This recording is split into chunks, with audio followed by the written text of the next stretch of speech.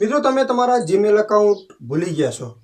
ઘણી વખત એવું બને છે કે આપણો ફોન ચેન્જ કરીએ એટલે આપણું જીમેલ એકાઉન્ટ આપણને યાદ નથી રહેતું ને આપણે ફરીવાર આપણા ફોનની અંદર આપણે આપણું જીમેલ એકાઉન્ટ મતલબ લોગિન કરવું હોય છે તો આપણે આપણું જીમેલ એકાઉન્ટ ભૂલી ગયા હોઈએ છીએ। હવે આપણા નંબર ઉપર કેટલા જીમેલ એકાઉન્ટ બનેલા હોય છે એ પણ આપણને ખબર નથી હોતી। તો આજે આપણે એ ચેક કરવાનું છે કે તમારું જીમેલ એકાઉન્ટ તમે ભૂલી ગયા છો એ કયું હતું। બીજા નંબરમાં કે તમારા નંબર ઉપર કેટલા જીમેલ એકાઉન્ટ બનેલા છે એ ચેક કરવું છે।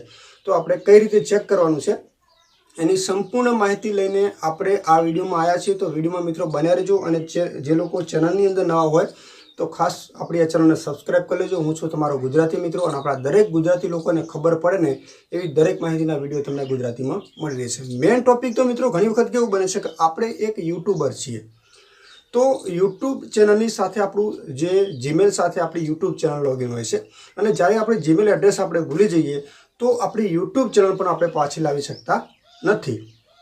તો આપણું જીમેલ એકાઉન્ટ આપણે ભૂલી ગયા છે તો આપણે કઈ રીતે એને ચેક કરવાનું છે કયું જીમેલ એકાઉન્ટ। બીજા નંબરમાં એ કે કદાચ તમે તમારા ફોનને રિકવર મતલબ રિસ્ટાર્ટ કર્યો છે તો ફરીવાર એ જ જીમેલ એકાઉન્ટ તમે નાખો ને ત્યારે તમારો ફોન ચાલુ થાય છે। એના માટે પણ આપણે જીમેલ એકાઉન્ટની જરૂર પડે છે। બીજા નંબરમાં કે આપણા ફોન બુક્સના ફોટાઓ છે ફોન બુક છે વિડીયો છે એ બધું જીમેલ એકાઉન્ટમાં હોય ને તો પણ મિત્રો કોન્ટેક્ટ નંબર હોય બધા આપણે લાવી શકતા નથી। તો આપણે જૂની આઈડી પાછી કઈ રીતે લાવવાની આપણે ભૂલી ગયા છીએ તો વિડીયોમાં ચેક કરવાનું છે કે તમારા નંબર ઉપર કેટલી જીમેલ આઈડી છે એ જાણવા મળશે અને એના માધ્યમથી તમને એ પણ ખબર પડી જશે કે આપણી જીમેલ આઈડી કઈ હતી। તો વિડીયોને આપણે અહીંયા શરૂઆત કરીએ। સૌથી પહેલા નંબરમાં તો કોઈ પણ એપ્લિકેશનની અંદર જવાનું છે। ગૂગલમાં જવું તો ચાલે, ક્રોમ બ્રાઉઝરમાં જશો તો ચાલશે, પ્લે સ્ટોરમાં જશો તો ચાલશે અને જે જીમેલનું ઓપ્શન છે એની અંદર તમે જશો તો પણ ચાલશે। તો આપણે જઈએ પ્લે સ્ટોરના એપની અંદર। તો આ પ્લે સ્ટોરની એપ્લિકેશનને આપણે અહીંયા ઓપન કરી દીધું છે। તો અહીંયા ખૂણામાં જે પ્રોફાઇલ ફોટો છે તમારી એક પ્રોફાઇલ ફોટો ઉપર તમારે ક્લિક કરી દેવાનું છે। ઓલરેડી મારા ફોનમાં એક ઈમેલ અકાઉન્ટ હાલમાં એડ છે પણ બીજા મારા અકાઉન્ટ મને ખબર જ નથી કે કેટલા છે કઈ રીતે ચેક કરવાનું છે। તો તમને એક ઓપ્શન મળે છે સ્વિચ અકાઉન્ટનું અહીંયા નીચે। તો આપ જોઈ શકશો નીચે સ્વિચ અકાઉન્ટનું ઓપ્શન છે એના ઉપર આપણે ક્લિક કરી દઈએ એટલે ત્યાં આગળ તમને એક નવું ઓપ્શન મળશે એડ અનધર અકાઉન્ટ। તો આપણે એના ઉપર ક્લિક કરી દઈએ અને જેવું તમે એના ઉપર ક્લિક કરશો ને એટલે તમને છે ને ગૂગલ જોવા મળશે। ગૂગલ ઉપર આપણે ક્લિક કરી દેવાનું છે। ગૂગલ ઉપર તમે ક્લિક કરશો એટલે કે અહીંયા આપણે થોડીક વાર રાહ જોવાની છે। અહીંયા તમારા સ્ક્રીનનો પાસપોર્ટ અહીંયા માગશે તો પાસપોર્ટ તમને બ્લેકમાં દેખાશે બરાબર અહીંયા સ્ક્રીન રેકોર્ડમાં। તો પાસપોર્ટ તમારો સ્ક્રીન લોક નાખી દેવાનો છે। ત્યાર પછી અહીંયા તમારી જીમેલ એકાઉન્ટ લોગિન કરવાનું તમને કહેશે કે તમે તમારી આઈડીને લોગિન કરો પણ આપણને ખબર તો છે જ નહીં કે આપણે આપણી આઈડી ભૂલી ગયા છીએ। તો અહીંયા જે નીચે એક ઓપ્શન તમને મળે છે ફોરગેટ ઈમેલ। તો આ જે ફોરગેટ ઈમેલનું જે ઓપ્શન તમને મળે છે ફોરગેટ ઈમેલ ઉપર ક્લિક કરવાનું છે। ઉપર આપણે ઈમેલ આઈડી નથી નાખવાની બરાબર। અહીંયા આપણે ફોરગેટ ઈમેલ લખ્યું છે એના ઉપર આપણે ક્લિક કરી દેવાનું છે। ક્લિક કર્યા પછી અહીંયા તમને ફોન નંબર અને ઈમેલ આઈડી લખેલી બતાવે છે। હવે અહીંયા મિત્રો છે ને તમારે તમારો મોબાઈલ નંબર એન્ટર કરી દેવાનો છે જે તમારા ફોનની અંદર હોય। તો કાયમિક માટે જે તમારો જૂનો નંબર હોય ને એ તમારે અહીંયા એન્ટર કરી લેવાનો છે। તો અહીંયા હું મારો જે રેગ્યુલર જૂનો નંબર છે એને અહીંયા એન્ટર કરી લઉં છું। નેક્સ્ટ ઉપર આપણે ક્લિક કરી દેવાનું છે। હવે ક્લિક કરીએ એટલે પહેલી વાત તો એ કે આપણે કોઈ પણ મિત્રો અકાઉન્ટ બનાવતા હોય ને તો હંમેશા માટે આપણે આપણું પોતાનું જ નામ લખતા હોય અને આવનારા સમયની અંદર ગમે ત્યારે તમે કોઈ અકાઉન્ટ બનાવો છો તો તમે તમારા ખુદના નામથી જ બનાવજો, બીજાના કોઈના નામથી અકાઉન્ટ બનાવશો નહીં, જેથી આ ટાઈમે રિકવરમાં કોઈ પ્રોબ્લેમ થાય તો તમને તમારા નામથી બનાવેલું હોય તો મિત્રો યાદ હોય બીજાના નામથી ક્યારે પણ અકાઉન્ટ બનાવવું નહીં। તો અહીંયા આપણે નામ લખી લઈએ। હું મારું પોતાનું નામ લખી લઉં છું રમેશ।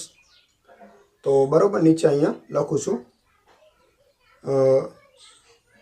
દાખલા તરીકે હું અહીંયા રમેશ ઠાકોર કરું છું અને નેક્સ્ટ ઉપર ક્લિક કરું છું।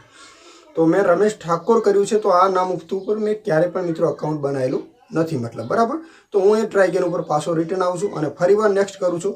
તો અહીંયા જે છે એમાં હું નામમાં ફેરફાર કરું છું બરાબર। તો અહીંયા હું સોનેટ કરું છું દાખલા તરીકે, કારણ કે મેં હંમેશા માટે મારા દરેક નામની અંદર છે ને મારા ગામનું નામ લખ્યું છે તો અહીંયા સોનેટ લખી લઉં। હવે જોઈ લઉં, ચેક કરી લઉં હવે કોઈ આવે છે કે નહીં તો પણ અકાઉન્ટ અહીંયા ના પાડે છે। તો અહીંયા કોઈ અકાઉન્ટ મિત્રો સેટ આપણું થતું જ નથી। તો મેન તો અહીંયા ખામી એ છે કે આપણા નામની અંદર ખામી હોય છે મેન। તો અહીંયા હું પૂરું નામ લખું છું જો મિત્રો ખાસ કરીને તો અહીંયા રમેશભાઈ લખું છું બરાબર ભાઈ અને અહીંયા લખું છું ચલો તો મેં અહીંયા આખું નામ લખ્યું છે। હવે નેક્સ્ટ ઉપર ક્લિક કર્યું છે। તો પણ એના આ નંબર ઉપર કોઈ અકાઉન્ટ નથી. એટલે મેન વાત એ છે કે તમે જે નામ લખો છો ને મિત્રો, એ નામથી કોઈ પણ તમે ક્યારે પણ અકાઉન્ટ બનાવેલું નથી. હવે ભૂલ કોની છે? આપણી છે મિત્રો.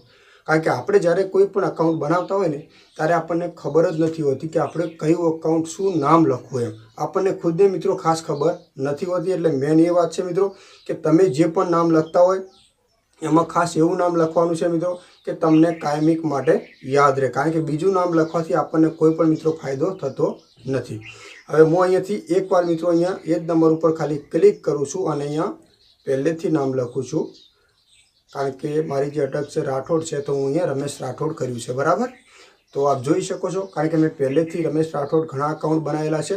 તો અહીંયા તમારી સામે આવી જશે. કારણ કે ઈમેલ આઈડી મને ખબર જ નથી, તો મેં અહીંયા ખાલી નંબર નાખ્યો છે. નંબર નાખ્યા પછી અહીંયા થોડીક વાર અહીંયા તમને રાહ જોવાનું કહેશે.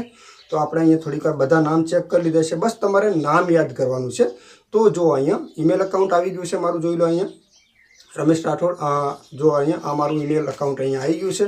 બસ તમારે એના ઉપર આ રીતે ક્લિક કરવાનું છે. તો અકાઉન્ટ ઉપર હું આ રીતે ક્લિક કરીશ અને જેવું હું એના ઉપર ક્લિક કરીશ ને એટલે આ અકાઉન્ટ જે મારું મને ખબર નથી જીમેલ, તો અહીંયા પાસપોર્ટનું ઓપ્શન છે. હવે પાસપોર્ટ પણ મિત્રો આપણને ખબર છે નહીં, તો અહીંયા સૌથી નીચે ફોરગેટ પાસપોર્ટનું ઓપ્શન મળે છે. એના ઉપર આપણે ક્લિક કરી દઈએ, બરાબર. એના ઉપર આપણે ક્લિક કરીએ એટલે થોડીક વાર આપણે રાહ જોઈએ, કારણ કે આપણને પાસપોર્ટની પણ ખબર છે નહીં. હવે અહીંયા ઓપ્શન માગે છે લાસ્ટ પાસપોર્ટ. અને અહીંયા જો મિત્રો પહેલેથી તમારા ફોનની અંદર આ અકાઉન્ટ લોગિન હતું તો તમારા ફોનની અંદર છે ને ઓટોમેટિક જો નવો પાસપોર્ટ બનાવવાનું તમને ઓપ્શન મળી જશે અને તમારું અકાઉન્ટ અહીંયાથી ખુલી જશે. કોઈ વધારે મહેનત કરવાની આવતી નથી. પણ તમારો ફોન અલગ હશે અને તમારા ફોનની અંદર તમારું સિમ કાર્ડ નહીં હોય તો તમે તમારા અકાઉન્ટને રિકવર કરી શકશો નહીં. બસ અહીંયાથી તમે તમારો નવો પાસપોર્ટ નાખો અને બિંદાસથી તમે તમારા અકાઉન્ટને રિકવર કરી શકો છો. તો આ માહિતી મિત્રો ખાસ કેવી લાગી કોમેન્ટ કરજો અને આવા જ વિડીયો જોવા માટે આપણી ચેનલને સબસ્ક્રાઇબ કરી લેજો. આપણી ચેનલની અંદર હંમેશા માટે આપણા ગુજરાતી લોકોને ખબર પડે ને એવી દરેક માહિતી નવી તમને ગુજરાતીમાં મળતી રહેશે મિત્રો.